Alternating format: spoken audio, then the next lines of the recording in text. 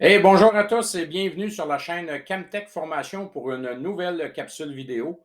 Alors, aujourd'hui, on parle de véhicules électriques ou électrification des véhicules, la filière batterie électrique et tout. Alors, aujourd'hui, j'aimerais relativiser certaines choses qui, à mon sens, mérite, en tout cas, une réflexion ou mérite d'être apportée parce qu'actuellement, on entend parler d'électrification des véhicules. Vous savez que nos instances politiques ont pris la décision d'imposer le retrait ou d'empêcher la vente de véhicules à moteur à combustion dès 2035, je pense. Je n'ai pas la date exacte, l'année exacte. En tout cas, dans ces eaux-là, 2035, donc c'est demain matin, ça c'est dans 10 ans. Plus de véhicules à moteur à combustion, qui, selon moi, ne fait aucun sens et je vais vous expliquer pourquoi aujourd'hui.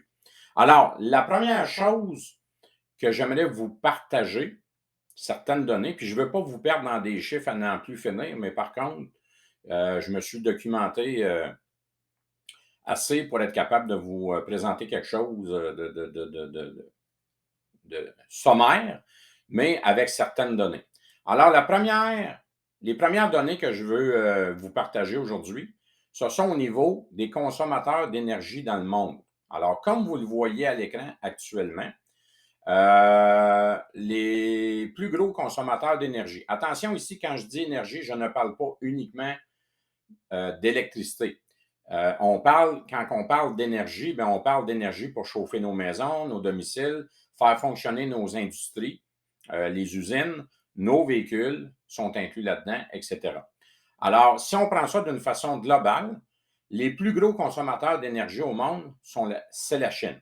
Alors, la Chine représente ou consomme plus de 26,5 de l'énergie produite au monde.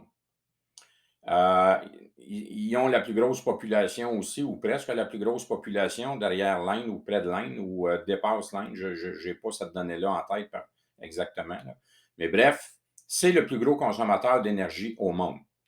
En deuxième position arrivent nos voisins américains qui représentent 15,6 de l'énergie. Alors, les Américains consomment 15,6 de l'énergie mondiale. Et au troisième rang arrive l'Union européenne avec un total de 10 de la consommation de l'énergie. Alors, je répète encore une fois, je ne parle pas uniquement d'électricité, mais je parle d'énergie globale. Nos véhicules, les industries, chauffage de nos domiciles, production d'électricité, etc. Alors, on englobe ça, c'est d'une façon globale ici. Le Canada, je n'ai pas le rang du Canada exactement, je n'ai pas trouvé cette donnée-là, ou du moins, je n'ai pas cherché en bonne place. Ces données-là, en passant, proviennent de International Agency International Energy. Donc, ça se trouve facilement sur Internet. Là. Il y a un article de la presse en 2020 qui disait que BP indiquait que 61 de l'énergie au Canada, pour nous, qui sommes dans les 10 premiers, je ne sais pas à quel rang directement, donc le premier étant la Chine, deuxième États-Unis, troisième Union européenne, mais le Canada fait partie des 10 plus gros consommateurs d'énergie et 61 de notre énergie au Canada provient de la combustion de pétrole et de gaz, comme vous le voyez dans l'article.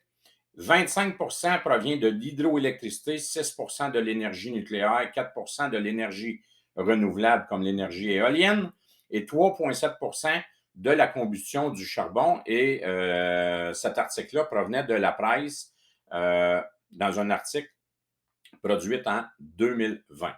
Alors, vous avez un portrait ici sommaire de la consommation mondiale d'énergie globale. Maintenant, si on prend la Chine, qui est le plus gros consommateur d'énergie au monde, alors on voit avec le graphique suivant que 66,7 de l'énergie en Chine est produite à partir de charbon et la deuxième source étant le pétrole à 17,9 Ensuite de ça, on a le gaz naturel à 5,3 et on a l'hydroélectricité à 3,2 Ce qui veut dire que la majorité de l'électricité, si on réfère uniquement à l'électricité, que la Chine produit pour alimenter différentes sources, différentes choses, les usines, les autos, peu importe, si c'est des autos électriques, bien 66,7 de cette énergie-là provient du charbon, 17,9 du pétrole. Alors, ça veut dire que si on branche un véhicule pour le faire charger, ou une batterie pour la faire charger, ben, on fait tourner une centrale au charbon ou on fait tourner une centrale au pétrole dans la grande, grande majorité des cas. Au deuxième rang, c'est les États-Unis. Alors, voici un graphique qui montre la situation énergétique des États-Unis en 2015 et ce qu'on projette en 2040. Donc, 2015, la partie de gauche à votre écran, on s'aperçoit que c'est le gaz naturel qui est utilisé en grande majorité aux États-Unis pour produire l'énergie, à hauteur de 29,3 et 16 de l'énergie, comme deuxième source, là, provient du charbon, la combustion du charbon. Troisième source, le nucléaire à 8,6 et l'hydraulique ou l'hydroélectricité, si vous aimez mieux, les barrages, à 2,4 C'est presque rien aux États-Unis. Ils n'ont pas de barrage, eux. Ça, c'est la situation en 2015. 2040, ce qui est projeté aux États-Unis, ben, on prévoit baisser le charbon de 16 à 10 mais par contre, on va devoir augmenter le gaz naturel de 29,3 à 33,1 pour compenser. Parce qu'encore une fois, on ne peut pas faire de barrage aux États-Unis. On n'a pas de source hydraulique nécessaire pour le faire. Et le nucléaire devrait passer de 8,6 à 7,7 et l'hydraulique passer de 2,4 à 2,6 comme vous le voyez. Alors, encore une fois, ça veut dire qu'aux États-Unis, la grande majorité de l'électricité, parce qu'il n'y a pas juste l'électricité dans l'énergie, comme je l'expliquais tantôt, mais l'électricité va être produite à partir de gaz naturel, de combustion de centrales thermiques ou de centrales au charbon, même en 2040. Une fois l'interdiction ici au Québec et dans le Canada de produire ou de vendre des véhicules à moteur à combustion interne. Est-ce que ça fait du sens? Est-ce que ça ne fait pas de sens? Poser la question, je pense que c'est y répondre. Pour ce qui concerne l'Union européenne, alors je n'ai pas le détail en pourcentage de chaque partie, mais par contre, ce qu'on peut dire, c'est que 70 de l'énergie disponible dans l'Union européenne est d'origine fossile, comme vous pouvez le voir dans la large bande, pas la bande, mais la partie brune du graphique, c'est le pétrole et les produits pétroliers. Et en deuxième lieu arrive le gaz naturel, suivi ensuite par de l'énergie renouvelable et le biocarburant, qui est quand même très bon. On voit que ça représente quand même une bonne partie, mais par contre, ce n'est pas la partie principale. Alors, actuellement, en 2019, ces données-là datent de 2019, comme vous le voyez là, dans le graphique. Et vous avez tout le temps la source que j'ai mis en dessous. Là, vous avez la source, c'est pas moi là, qui suppose ces chiffres-là. C'est documenté, c'est publié. Alors, la plus grande source d'énergie dans l'Union européenne, c'est quand même est d'origine fossile, le pétrole et les produits combustibles et le gaz naturel. Maintenant, si je prends la situation de uniquement l'électricité au Canada, c'est-à-dire la production d'électricité au Canada provient de quoi? Alors, Canada, c'est un regroupement de plusieurs provinces et de territoires. Alors, au niveau global, 60 de l'électricité provient de l'hydroélectricité, c'est-à-dire des barrages hydroélectriques, avec tout ce que ça comporte comme débat de société. Vous savez, quand on veut faire un barrage, il faut négocier avec les Autochtones, puisqu'on est sur leur territoire, puis on va pas détruire, mais on va modifier de beaucoup leur territoire. Je ne sais pas s'il y en a parmi vous qui avaient eu la chance ou le privilège d'aller à la baie James ou à Manic 5 ou où il y a des barrages hydroélectriques. Moi, personnellement, je suis allé quelques fois. Puis, c'est immense. Écoutez, vous arrivez à la centrale énergétique LG2 à la baie James, le barrage Robert Bourassa, c'est gigantesque. Le nombre de mètres cubes d'eau qui est stocké, c'est-à-dire le réservoir qui retient cette eau-là pour le barrage, Écoutez, on a inondé je ne sais pas combien de superficies de terrain. Même chose pour Manic 5, qui est visible de l'espace, là, quand on voit le réservoir de Manic 5, qui est visible des satellites. Là, on voit très, très bien la masse d'eau retenue derrière Manic 5. Donc, c'est gigantesque. On vient modifier la nature, on vient modifier la flore, on vient modifier un paquet de choses quand on construit un barrage, mais c'est un choix qu'on fait en disant on va produire une fois construit, parce qu'en plus, pendant la construction du barrage, on consomme de l'énergie fossile à profusion. Là. Écoutez, les camions, les machines qui sont là sont des machines qui fonctionnent au diesel. Ça dure pendant des années. Ils disent que ça prend 15 ans pour fabriquer un barrage ou construire un barrage. Donc, c'est pendant plusieurs années. On consomme beaucoup d'énergie durant la construction du barrage. Puis après ça, ben, on l'exploite puis on l'entretient naturellement. Mais bref, 60 de l'électricité provient de l'hydroélectricité au Canada. Arrive en deuxième position, dans tout le Canada confondu, l'uranium à 15 donc centrale nucléaire. Alors, le Canada produit beaucoup d'énergie ou d'électricité nucléaire, 15 Troisième position, 11 gaz naturel. Ensuite de ça, suivi par le charbon et le coke, les centrales au charbon à 7 et l'éolien, 5 par la suite. Et la biomère géothermie, vous le voyez, là, 1 et des fractions là, de pourcentage par la suite là, pour le pétrole et le solaire. Bref, on se classifie quand même bien au niveau global dans le Canada, car 60 de notre électricité provient de l'hydroélectricité, mais quand même 26 si on additionne le charbon et le gaz naturel, c'est-à-dire et l'uranium, c'est 26 et 30, passer de 30 si on inclut le charbon là-dedans. Alors, 34 de notre énergie, de notre électricité, plutôt pas de l'énergie, mais de l'électricité, provient d'autres sources que l'hydroélectricité. C'est quand même majeur quand on pense qu'on va interdire la vente de moteurs à combustion interne et que tous les véhicules vont devoir être électriques. Vous venez de comprendre ce que je veux dire. On va demander à des centrales nucléaires de produire de l'électricité pour être capable de brancher nos véhicules. C'est ça que ça veut dire. Si on regarde le Québec, on va regarder la situation de quelques provinces au Canada, parce que quand même, au niveau global, on se situe bien, mais comment on se situe province par province? Alors, au Québec, 94 de notre énergie électrique provient de l'hydroélectricité. On le sait, on a plusieurs barrages, on est choyé, on a plusieurs cours d'eau. Avec tous les débats environnementaux que ça cause quand on veut bâtir un barrage, regardez actuellement, M. Legault là, parle doit renégocier l'entente avec Terre-Neuve parce que l'entente de Churchill Falls, qui représente presque le 1/3 de notre hydroélectricité, vient de ce barrage-là. Et l'entente se termine en 2041. Donc, il a commencé à renégocier l'entente avec Churchill Falls, avec Terre-Neuve, nos voisins, pour qu'on continue de recevoir ou d'acheter cette électricité-là. 5 de notre électricité vient de l'éolien au Québec et on a quand même de la biomasse géothermie, le pétrole à 0,2 ce qui n'est pas beaucoup. Mais par contre, quand on pense qu'aux îles de la Madeleine, bien, aux îles de la Madeleine, qu'est-ce qui produit l'électricité? Ce sont des centrales thermiques. Ce sont d'énormes moteurs qui brûlent du carburant, du pétrole, pour produire l'électricité nécessaire à faire fonctionner ou à alimenter les bâtiments, l'hôpital, les écoles, les maisons, etc. Et ça veut dire que si on charge une batterie, si on recharge un véhicule électrique aux îles de la Madeleine, ben on demande à un moteur diesel de tourner puis produire de l'hydroélectricité ou du gaz naturel, dépendamment le type de moteur qu'on a.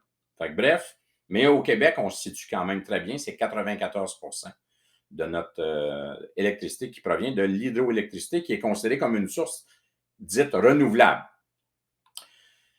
Manitoba est supérieur à nous. Manitoba, ils produisent 97 de leur électricité à partir de l'hydroélectricité. Fantastique. Et en deuxième position arrive l'éolien. Donc, super. Au Manitoba, on produit de l'énergie propre ou de l'énergie dite renouvelable à hauteur de 97 c'est plus que nous. C'est fantastique.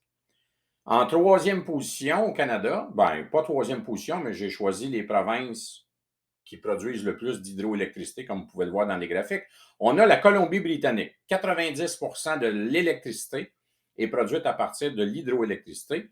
En deuxième position, 5% la biomasse et la géothermie, suivi du gaz naturel à 4%. On est encore gagnant, si vous voulez, à avoir des véhicules électriques avec tout ce que ça comporte, comme on se l'a dit, les barrages et tout et tout. Mais bref, arrive la situation de nos voisins ontariens, juste ici à côté de nous. Okay? Alors, comme vous le voyez sur ce graphique-là, 59%, puis où, en passant, l'Ontario, hein, je pense que je ne vous apprends rien, est la province avec la plus grande population canadienne. Donc, la majorité ou la concentration des véhicules électriques va se retrouver au Québec, en Ontario, mais en Ontario aussi, en Ontario principalement. C'est là qu'il y a la plus grosse population. Donc, il va y avoir plusieurs véhicules électriques en Ontario. Comme vous le voyez sur le graphique, 59% de l'électricité produite en Ontario provient de l'uranium, ou si vous préférez, centrales nucléaires. En deuxième source, à hauteur de 24%, on parle de l'énergie hydroélectrique. Alors, c'est beaucoup moins que nous, beaucoup moins que la Colombie-Britannique et le Manitoba. Alors, ça veut dire qu'en Ontario, quand on fait recharger une batterie, ben, à presque 60%, 59% pour être exact, l'énergie provient de l'uranium. Est-ce que ça fait du sens? Poser la question, je pense que c'est y répondre.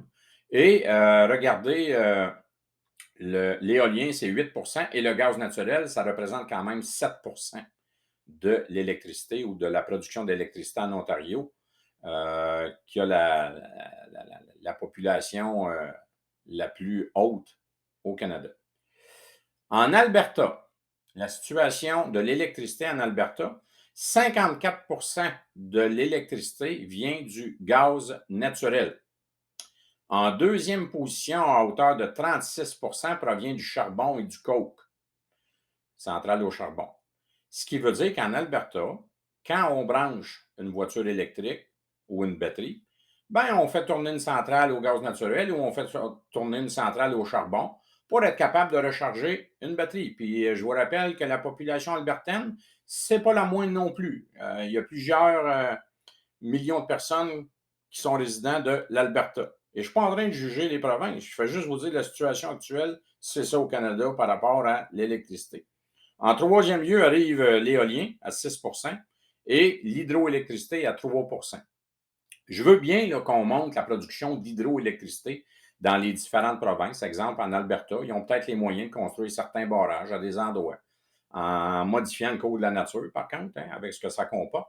Mais jamais ils vont arriver à notre hauteur. Là. Jamais ils vont être capables de produire 90% à partir d'hydroélectricité. Puis je ne pense pas que l'éolien puisse suffire à produire autant d'électricité que nécessaire. Saskatchewan, 41% de l'électricité de la Saskatchewan provient du charbon et du coke, alors que 40% provient du charbon. L'énergie hydroélectrique arrive en troisième position à 15%. Encore une fois, donc à plus de 81%, l'électricité en Saskatchewan vient du charbon ou du gaz naturel. Donc, on fait charger un véhicule électrique, encore une fois, mais on fait tourner une centrale au charbon ou au gaz naturel. En Nouvelle-Écosse, on s'entend qu'il n'est pas la plus grande province, mais quand même, il y a des gens là-bas qui vont avoir des véhicules électriques puisque ça va être interdit. La vente de véhicules à moteur à combustion va être interdite. Donc, les gens vont devoir se procurer des véhicules électriques. Ils n'auront pas le choix, supposément. Ce que je doute fortement, soit dit en passant, je pense que c'est utopique de penser et de penser qu'on va juste avoir des véhicules électriques ou une source de motorisation électrique. Je ne pense pas que ça soit possible et je pense que c'est irresponsable de penser ça avec les chiffres que je vous donne actuellement, considérant qu'il y a encore du progrès qui peut être fait avec les moteurs à combustion interne et je m'en viens là-dessus dans quelques minutes, je vais vous présenter ça. Alors, je reviens à la Nouvelle-Écosse.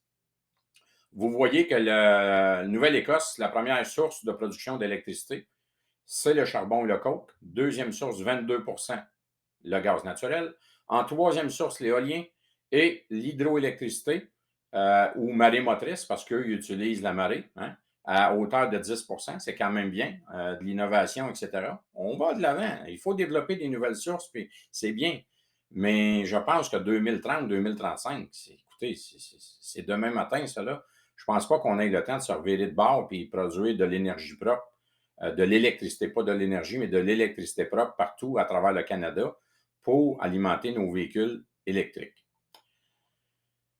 Je vais vous parler maintenant des moteurs à combustion interne, ce qu'on appelle l'efficacité thermique des moteurs.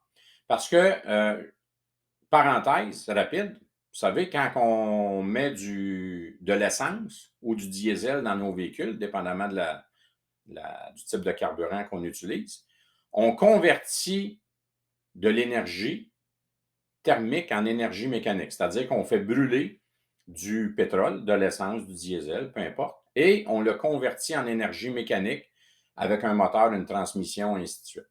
Alors, pour convertir cette énergie-là, c'est très difficile. C'est difficile dans le sens où c'est complexe. Un moteur, ça semble simple aujourd'hui, on prend ça pour acquis, mais il y a énormément de chimie qui se passe dans la chambre à combustion. On mixe des ratios de carburant versus de l'air. On a ce qu'on appelle le calage des moteurs à variable, c'est-à-dire le moment où l'étincelle va se produire,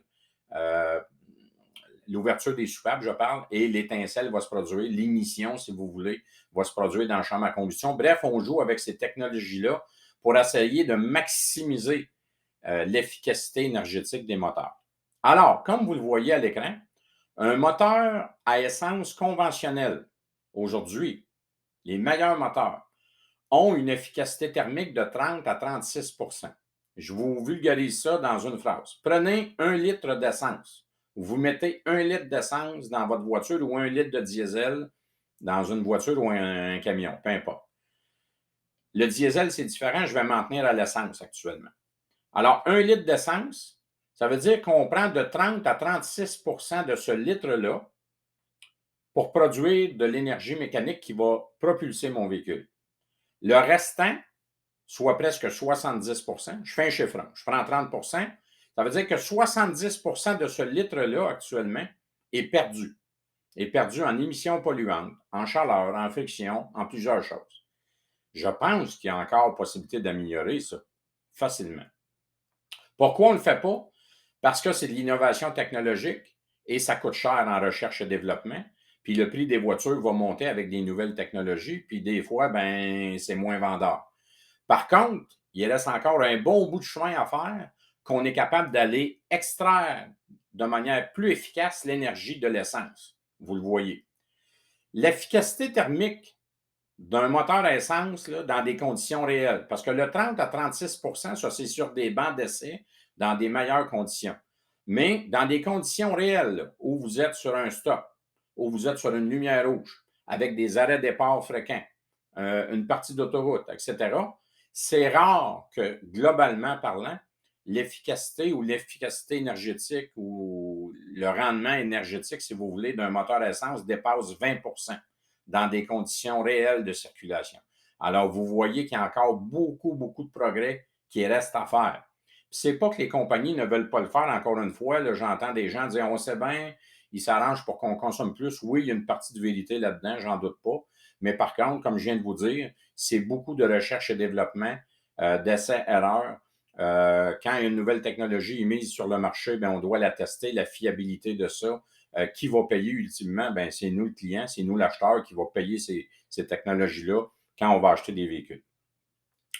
Toyota, en 2019, a développé un moteur 2 litres avec une efficacité thermique de 40 Ils ont été capables de monter cette efficacité-là ou le rendement à 40 J'ai mis le lien, là, ceux qui s'intéressent, allez voir ça.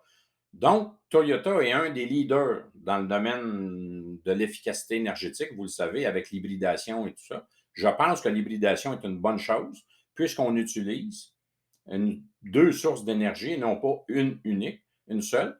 Alors, on essaie d'aller chercher le meilleur des parties partout pour améliorer l'efficacité énergétique d'un véhicule. C'est super bien. Si on parle d'un moteur diesel, un moteur diesel a une meilleure efficacité énergétique qu'un moteur à essence. Par contre, il pollue différemment et peut-être plus en termes de suie, en termes d'oxyde d'azote. Vous le savez, moi, je suis dans le domaine du véhicule lourd, comme vous le savez. Bien là, on parle de DPF, on parle d'urée, etc. Donc, on a besoin de systèmes post-traitement pour aller contenir les émissions polluantes ou les réduire, je dirais.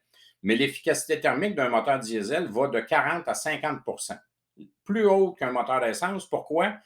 J'ai mis en parenthèse les moteurs, ce qu'on appelle low torque. Vous le savez, aujourd'hui, dans les camions lourds, ben, les moteurs tournent, si je prends un camion qui fait du transfrontalier, là, du highway communément, là, de l'autoroutier, ben écoutez, les moteurs tournent 1000 tours, 1100 tours minute.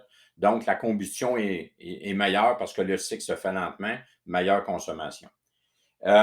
Si on prend un véhicule électrique, ben à ce moment-là, on s'aperçoit que l'efficacité énergétique varie entre 73 et 77 Alors, on a une meilleure efficacité énergétique avec de l'électricité, ça c'est définitif. La puissance est là dès qu'on appuie sur l'accélérateur. Mais par contre, il faut produire l'électricité puis il faut la stocker aussi. Alors, si on regarde, j'ai été vite rapidement, si on regarde la densité énergétique, c'est-à-dire le quotient d'énergie produit versus la masse, hein, on va parler en kilowattheure par kilogramme, c'est-à-dire que pour chaque kilo que ça pèse, j'ai combien d'énergie disponible. Alors, le plus faible, comme vous le voyez, là, c'est la batterie lithium-ion. La batterie lithium-ion, actuellement, on estime à 0,2-0,3 kWh pour chaque kilogramme. Pensez à ceux qui ont des moteurs électriques à la pêche qui transportent une batterie plomb-acide. C'est mieux une batterie au lithium aujourd'hui, ça ne pèse rien. Mais la batterie, elle pèse autant quand elle est vide que quand elle est pleine. Donc, la densité énergétique est très, très faible pour une batterie lithium-ion étant à 0,2. On estime qu'en 2025, on va être capable de monter ça à 0,5 kWh par kilogramme. Le kérosène qui est le carburant des avions, les turbines, on parle de 11,9 kg à l'heure par kilogramme. Kilowatt, c'est-à-dire kilowatt-heure par kilogramme. Donc, on s'aperçoit que la densité énergétique est largement au-dessus d'une batterie avec le kérosène. Ensuite de ça, on a le carburant diesel qui est à 12,6, le propane qui est à 12,8 et l'essence qui est à 13,1. Donc, on a beaucoup plus de kilowattheures par kilogramme avec les énergies fossiles ou les carburants versus une batterie. C'est-à-dire que la batterie, elle pèse le même poids quand elle est vide, quand elle est pleine, mais il faut la traîner, la batterie. Il faut la propulser. Ça pèse des kilos et des kilos une batterie. Hein? Le centre de gravité des véhicules électriques est très beau parce que la batterie est basse, mais les véhicules électriques sont beaucoup plus pesants. Dites-vous une chose, si je suis plus pesant, ça me prend plus d'énergie à mouvoir le véhicule aussi. C'est un autre débat que des fois, on n'entend pas parler. Hein? On dit, l'électricité, c'est la panacée. Puis regardez le dernier, et non le moindre, source d'énergie que je vous ai mis en termes de densité énergétique, c'est l'hydrogène. L'hydrogène est à 34,1 à condition que l'hydrogène soit comprimé à 700 bars. 700 bars, c'est combien? Bien, c'est 700 fois la pression atmosphérique, là, 700 fois 14,7. Alors, c'est plusieurs milliers de PSI. Pourquoi? Parce qu'on doit la stocker sous forme liquide. Puis pour que l'hydrogène soit sous forme liquide, je dois la pressuriser à 700 bars. Mais par contre, la densité énergétique est immense, à 34,1 kWh pour chaque kilogramme. Alors, je pense que ça représente un certain avenir, les moteurs à hydrogène qui ne rejettent pas de CO2 dans la combustion au bout et qui sont, selon moi, beaucoup plus efficaces qu'un véhicule électrique. Si on produit de l'électricité à partir de l'hydrogène, c'est encore mieux, etc., etc. Alors, j'espère que la capsule vidéo d'aujourd'hui vous a plu. Et j'espère avoir apporté un éclaircissement là, qui vous permettra d'avoir un meilleur portrait des véhicules électriques. Quand on pense, quand on dit ou on entend dire un véhicule électrique, c'est vert, ça ne pollue pas, etc. Plus ou moins vrai. Vous l'avez vu aujourd'hui avec les différentes données que je vous ai apportées. Et mon but n'étant pas de dénigrer l'électrification, pas du tout, j'y crois. Par contre, je pense qu'il y a certaines étapes qu'on doit franchir avant.